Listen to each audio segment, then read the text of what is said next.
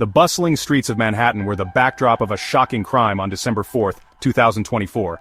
Brian Thompson, the CEO of healthcare giant United Healthcare, was gunned down in broad daylight. The assassination sent shockwaves through the city and beyond. Thompson was not just a high-profile executive, he was a prominent figure in the healthcare industry.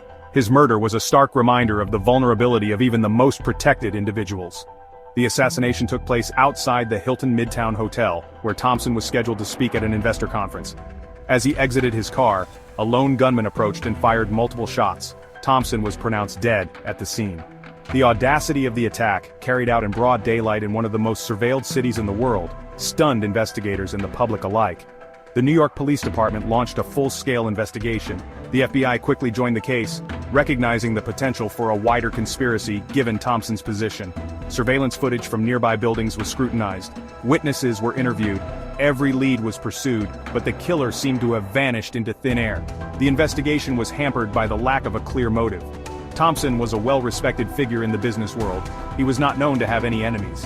The seemingly random nature of the attack only deepened the mystery. The NYPD released grainy images of the suspect captured from security cameras. The images, though blurry, showed a young man in a hooded sweatshirt and sunglasses. The public was urged to come forward with any information that could help identify the killer.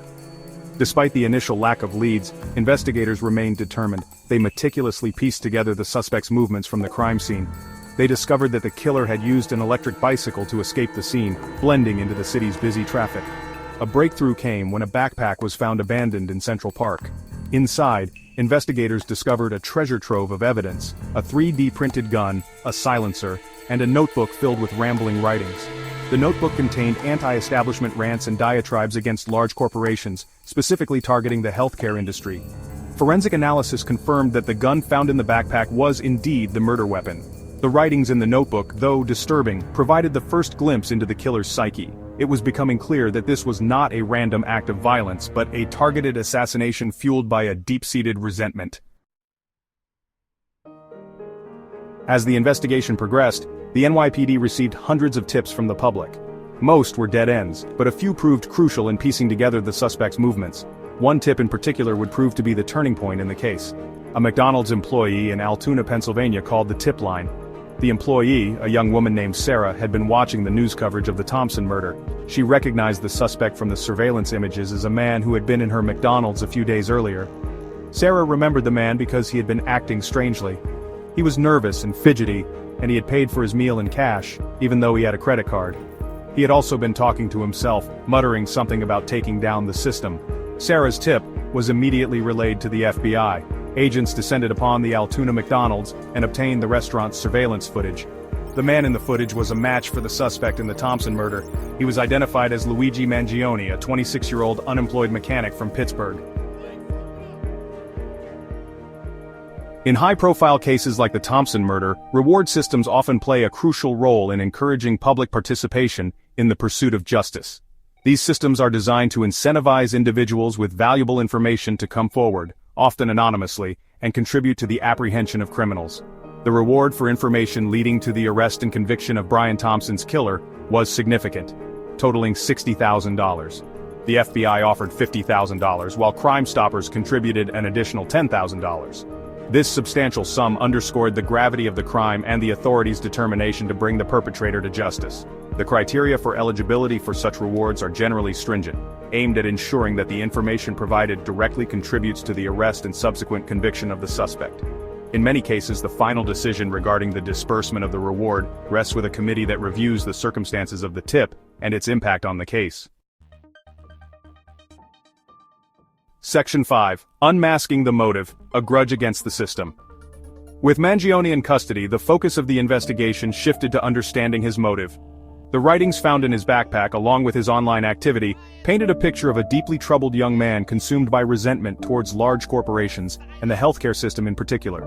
It emerged that Mangione had suffered a debilitating back injury a few years prior. The injury had left him in chronic pain and unable to work. Mangione had been embroiled in a lengthy and frustrating battle with his insurance company, which he believed was deliberately delaying his treatment. Mangione's online footprint revealed a growing obsession with perceived injustices within the healthcare industry. He frequented online forums where he would rant about corporate greed and the failings of the healthcare system. He saw himself as a victim of a system rigged against ordinary people. Thompson, as the CEO of one of the largest health insurance providers in the country, became a symbol of everything Mangione despised. In his twisted worldview, assassinating Thompson was a way to strike back at the system he believed had wronged him. Section 6. Heightened security, a wake-up call for corporate America. The assassination of Brian Thompson sent shockwaves through corporate boardrooms across America. It served as a stark reminder of the increasing risks faced by high-profile executives, particularly in a climate of growing economic inequality and social unrest. In the wake of the assassination, many corporations reassessed their security protocols for their top executives. Security details were beefed up, travel itineraries were scrutinized, background checks on employees were intensified. The incident highlighted the need for a more proactive approach to security, one that anticipated threats and took steps to mitigate them before they materialized. The Thompson assassination underscored the importance of threat assessment and intelligence gathering in the corporate world. Companies were forced to acknowledge that even seemingly minor grievances could escalate into serious threats if left unchecked. Section 7. The healthcare industry reacts. The murder of Brian Thompson sent ripples of shock and grief throughout the healthcare industry. Leaders from across the sector expressed their condolences and condemned the senseless act of violence. Thompson was widely respected for his business acumen and his commitment to improving healthcare access. His death was a significant loss to the industry. In a statement, Andrew Whitty, CEO of United Health Group, expressed his deep sadness over the loss of Thompson. He described Thompson as a visionary leader who had dedicated his life to making a difference in the world. Whitty also acknowledged the broader context of the tragedy, stating that the healthcare system was facing significant challenges and that it was incumbent upon all of us to find solutions that work for everyone. The assassination sparked a debate about the role of the healthcare industry in society.